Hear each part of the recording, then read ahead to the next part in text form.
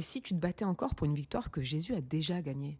Cette semaine, on entre dans une thématique que nous avons prêchée à l'Église, une vie victorieuse. Et j'aimerais commencer par une simple vérité, mais profondément libératrice. En Christ, la victoire n'est pas quelque chose à atteindre, elle est déjà acquise. Jésus le dit clairement, dans le monde, vous aurez des tribulations, mais prenez courage, j'ai vaincu le monde. En Jean 16, verset 33. Il ne dit pas, vous vaincrez si vous êtes assez fort. Il dit, j'ai vaincu, au passé. Autrement dit, la vie chrétienne ne commence pas dans le combat, mais dans une victoire déjà remportée par Jésus. Et je me souviens quand on a lu ce livre de Jimmy Evans avec notre équipe de pasteurs de l'église Boom, on a été profondément touchés au point de se dire très vite, go, on doit prêcher là-dessus.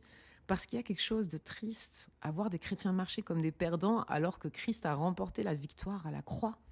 Et bien souvent, ce n'est pas par manque de foi ou d'amour pour Dieu, mais à cause de schémas que l'on reproduit, de fonctionnements anciens, ou par exemple de comportements de vie qu'on n'a jamais pris le temps de réaligner correctement.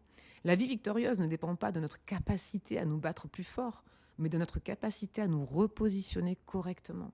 On ne combat pas pour la victoire, on combat depuis la victoire que Jésus a déjà gagnée. Prions ensemble pour ce premier jour. Seigneur, aide-moi à changer de posture. Je refuse de marcher comme un perdant là où tu as déjà gagné. Montre-moi les schémas que je dois réaligner pour vivre pleinement dans ta victoire. Amen. On se retrouve demain.